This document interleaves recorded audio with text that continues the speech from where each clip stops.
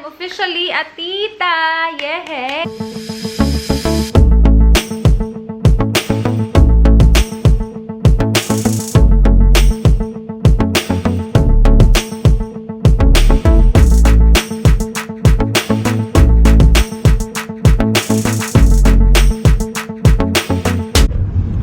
Hi guys! This is Rich and welcome back to my channel. So ngayon guys is kasama ko si Michelle. Nagmamadali kami guys kasi kailangan namin bumili ng cheese kasi gusto namin gumawa ng puto cheese. Hindi pa talaga ako nakagawa ng puto cheese guys. And then sabi ni Michelle kagabi na, "Uy, gawa tayo ng puto cheese." Sabi ko naman, sige, ang sarap kaya ng puto cheese pag nagawa mo talaga siya ng mabuti. Ang sarap kaya nun. So, dapat lang talaga Eden cheese guys yung ating bibilhin. Kasi yung ibang cheese dito hindi talaga masarap. Ibang-iba talaga yung Eden. Ay, kahit niyo po. Ibang-iba talaga yung Eden cheese natin. So, nagmamadali kami guys para maabutan pa namin yung sari-sari. I think they're closing. I thought 5:30. So, 6 pala nagko-close. Okay lang pala. Alas 5 pa kasi. So, andito na tayo guys. Pero, hindi na ako magbablog doon. Tama lang kami ni Michelle. Baka may makita pa tayong iba-ibang mga ano. Pagkain. Let's go. Guys, tapos na kami dun sa sari-sari. Wala silang cheese. So, hindi namin alam ni Michelle kung saan kami maghahanap. Punta kami sa ibang Asian store. Pero I doubt, guys. Pag wala doon, feeling ko wala na din sa iba. Grabe talaga. Ang bilis talaga maubos ng Eden cheese. Mahirapan talaga dito pag Eden cheese, guys. Galing kami sa Walmart, guys. Asian store din siya, pero hindi talaga siya Filipino. Pero ano nga, wala ding Eden cheese, guys. So, currently, Michelle is calling Pino Plus lang. Yan lang yung last resort namin, guys. If wala, wala talaga tayong magagawa ngayon, guys. Si Chaka yung ano, puto cheese, if ever, hindi talaga, ano, Eden cheese. Guys, better luck next time na lang talaga yung ating puto cheese kasi wala din talaga sa Pino Plus, guys. So, hindi talaga siya mangyayari ngayon. We're currently in the city right now, guys. Kukuha lang kami ng in order na dumpling. So, andito tayo. Punta tayo sa noodle bar. Actually, pwede lang ako. Under your name, right? That's okay kasi wala tayong parking. So guys, hindi ko na alam kung ano mangyayari sa vlog na to kasi supposed to be gagawa nga tayo ng puto cheese. Kaya nag-vlog ako ngayon. Pero wala nga mangyayari. But anyway, pakita ko lang sa inyo yung order, guys. Loka dito, guys. Kasi hindi na sila nagpo-provide ng plastic. Tapos sabi ko, may dalawang sauce, guys. Sabi ko, paano ko hahawakan yung dalawang sauce na hindi man lang matatapon? So nag-request ako ng plastic. 50 cents yung plastic is ang mahal. And then yan na. Sarap. Alam nyo ba, ito yung pinakamasarap na dumpling so far na na-try ko. Yan. From Garden Place Noodle Bar. And then, may dalawa tayong sauce dito. So, guys, kain tayo. Ito lang yan ang sauce, uy. Bitaw kay gamay kaayo. Mix na lang natin yung sauce, guys, kasi ang liit-liit kasi ng lalagyan. Hindi natin malagay yung ano. Hindi na malagay yung lagay. Hindi na malagay yung dumpling. Gutom na ako. What time pa tayo kumain, Michelle? Anong oras na ngayon? Wala man lang tayong snack. Ito yung snack natin.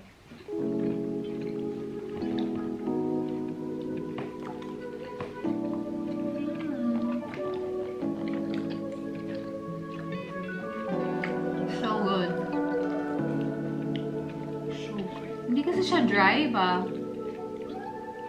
Anyway, steamed naman to siya. Pero, ang sarap talaga niya.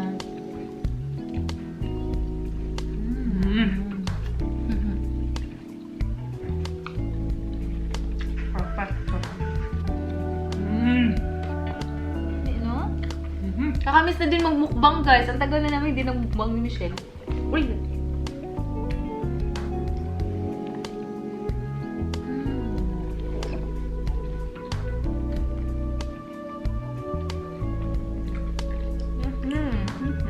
Nice and moist and tasty. Moist kasi siya. Yun yung masarap sa kanya.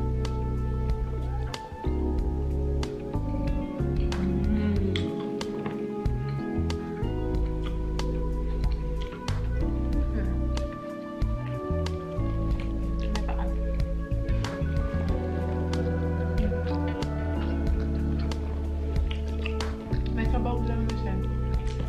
Katas ng Saudi.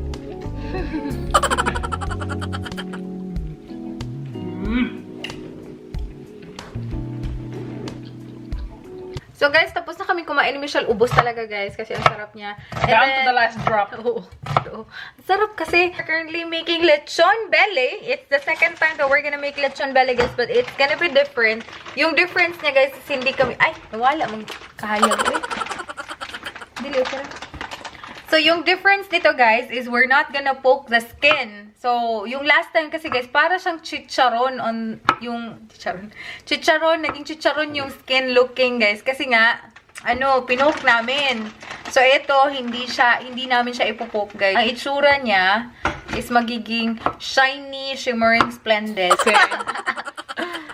And then, Wipe it with milk after the first 2 hours to make it crispy. That's what it said there. para lechon belly talaga siya. Kasi meron ding nag-comment din talaga, guys. Ay, hindi naman ganyan yung lechon belly. Well, it can be like that, but it also can be like this. Well, it can be like that, but it also can be like this. Ang lighting ba? Maglagot ko. Ari, oh. So, meron tayong malaking lechon belly. Meron tayong garlic, onion, chili, spring onion, lemongrass na frozen. So, mga frozen. O, yan. Yan lang, guys. And then, salt and pepper. So, guys, andito na yung twine natin. So, we just put 1, 2, 3, 4, 5, 5 na same sizes or same length ng twine, guys. So, we just cut it in half. Then, ilagay na Butterfly. Oh, pa-butterfly daw, guys. And then, ilagay na natin yung ating mga ingredients. So, of course, salt and pepper. I'll start with salt. So, ang ganda ng pang-ano natin, guys, pang-salt natin ngayon. Kasi, ano lang siya. No effort, guys. Iba kasi din yung salt nila dito. Hindi masyadong, salty. It's salt from the lake, not the sea. Okay, that's enough, I think. You reckon? Pepper na tayo. Last time talaga, nakakapagod pa ganun-ganun pa. At least ito, more controlled kung saan talaga siya lalapat. Wow, lalapat. Tagalog word. And then, ilagay na natin lahat, guys. So, start tayo dito sa ating, lemongrass. And then, yung cloves ng garlic natin is 1, 2, 3, 4, 5, 6 lang, guys. Yan. Ating... Ang daming onion, di ba? Masarap kasi yan kainin pag luto na. And then, yung spring onion. Yan na lahat. Uy! Yan na lahat, guys. And then, si Michelle daw yung mag-roll, guys. Okay lang din kasi malaki yung kamay ni Michelle. Isok-sok mo, day. Isok-sok mo, day. Konting struggle lang pag, niro-roll mo siya. Wala, may tutoy. Another tutwa. And 1 twa and 2 twa.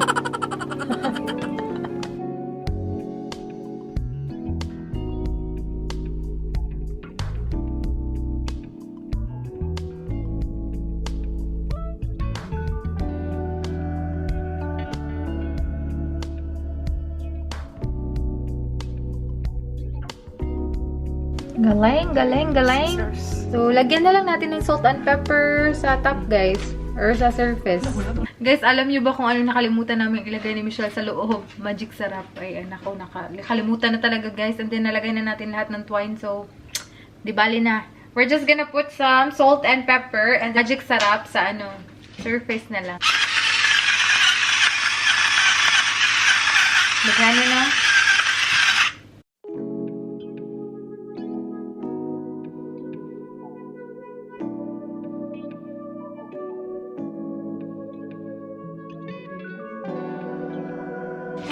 And then the magic sarap, Michelle! Yeah, that's for everything now.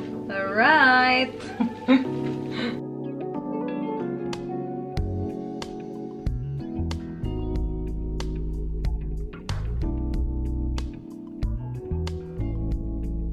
So guys, magluluto na kami ni Michelle. According to Michelle, it will take like 3 hours daw, all in all, yung pagluto nito. So, lutuin na natin. Nakalimutan ko na kasi. Pero ito na siya. Yan. Parang caterpillar lang.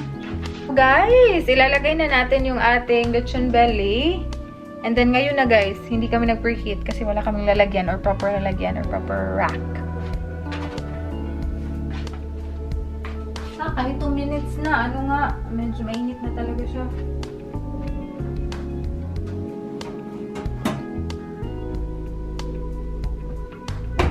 Yan.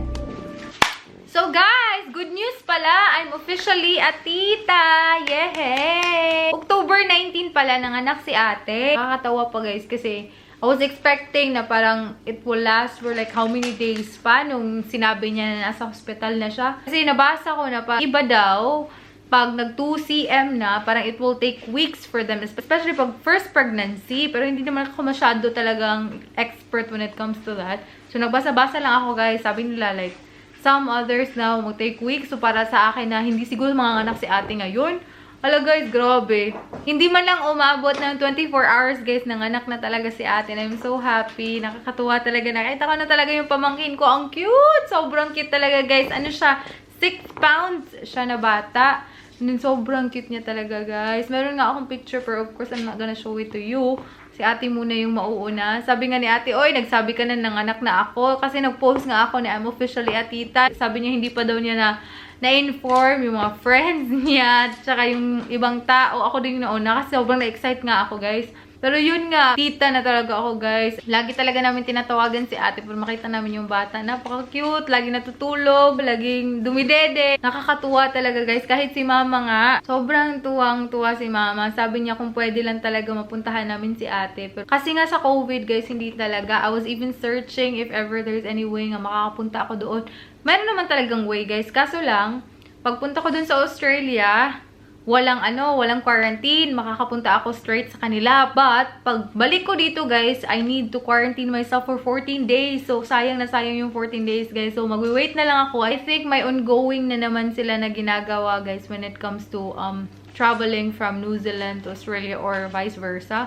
So, I'm just waiting. I think in the near future talaga guys, magiging okay na walang quarantine pag Australia ka pupunta at babalik dito sa New Zealand. Sobrang tuwa din si Papa guys. Sabi ng mga kapatid ko nung nagtatawagan kami si Papa doon, kinabahan sila guys kasi tumatakbo daw si Papa. Kaya para i-inform pala sa kanila na nanganak na si ate, tumatakbo daw yung Papa.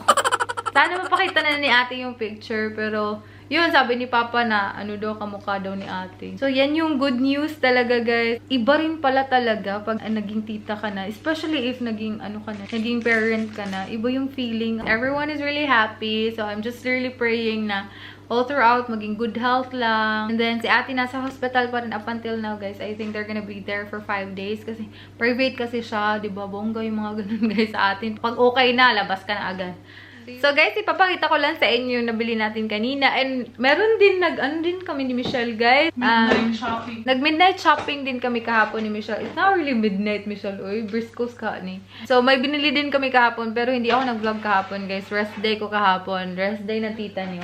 So, I'm just gonna show it to you kung ano yung nabili namin kahapon, guys. Haul na lang din to. Kasi nga, nasa car lang to, guys. Ngayon lang talaga namin kinuha. Kasi nakalimutan ko. Umuulan din kasi kahapon. So, parang mamadali kaming lumabas ng car. Meron tayong mga good deals dito, guys. Kaloka.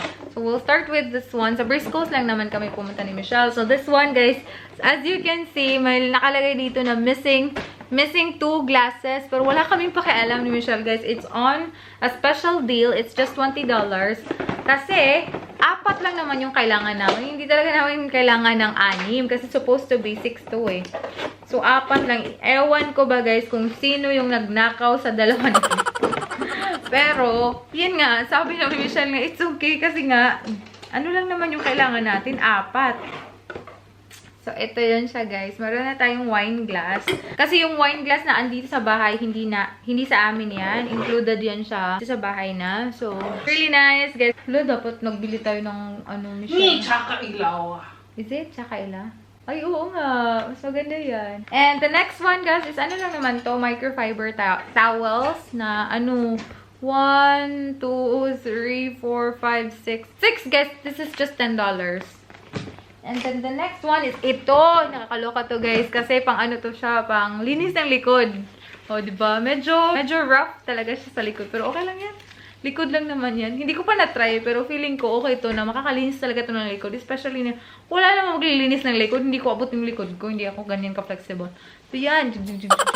I mean, abot naman siya, pero nahihirapan ka. So, at least merong ganyan. And then, the rest, guys, is nabili natin sa sari-sari store. So, konti lang talaga. Kasi supposed to be, yung pinunta namin doon is Eden cheese lang talaga. We ended up, like, grabbing all this stuff. And then, na-realize namin, ay, walang Eden cheese. Pero, binili pa rin namin. So, meron tayong dilis. Yan. Sarap ng dilis. Sarap ang breakfast. And then, meron din tayong carnation. Supposed to be included pala to sa ating puto cheese. Pero wala. Hindi ko alam anong gagawin namin dito. You can make just puto. Puto. Walang cheese. And then, meron din tayong 4 na century tuna. Yan. Kasi century tuna is life. And then, yung last, guys, is pinakurat. Kasi wala na tayong pinakurat. Yan lang naman yung na-purchase namin ni Michelle kahapon at saka ngayon. We're just waiting for the lechon belly, guys, para matapos na siyang maluto. And then, magmumukbang tayo. It's gonna be on a separate video. We're just watching Safe Haven right now. Napanood ko na to before, pero nakalimutan ko na. Ay, meron pa pala, guys. Meron tayong order from Briscoe's. This is a very good deal as well. Special deal. So, alam niyo naman yung sistema, medyo may kamahalan din siya. This one is just $7 all in all. Lahat nito, guys. $7 lang to. $7, may dalawang ganito.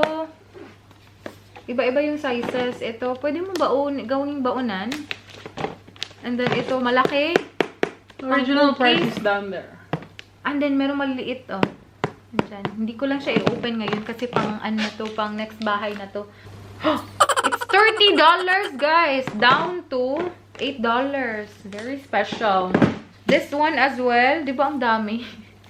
1, 2, 3. Tatlo to, guys. From $18. Ano na lang? Walang price, Michelle. I don't remember. Pero mura lang to. Ito din, from $12. Ganito yung size. Tatlo din siya. Ano na lang siya? $5 na lang to, guys. Can you imagine $5? Sistema pa yung brand. Good deal. Yan na, guys. Yan na. So, guys, an hour and a half. Ito na yung itsura niya. Taneng! Oh my God. Ang sarap, guys. Sobra, sobra. And then, yung gagawin daw dito, guys, according sa panlasang Pinoy is lalagyan daw natin or papahiran natin yung ng milk, yung skin, para magiging crispy. So, yan yung gagawin natin. I have my new gloves here na sobrang cute.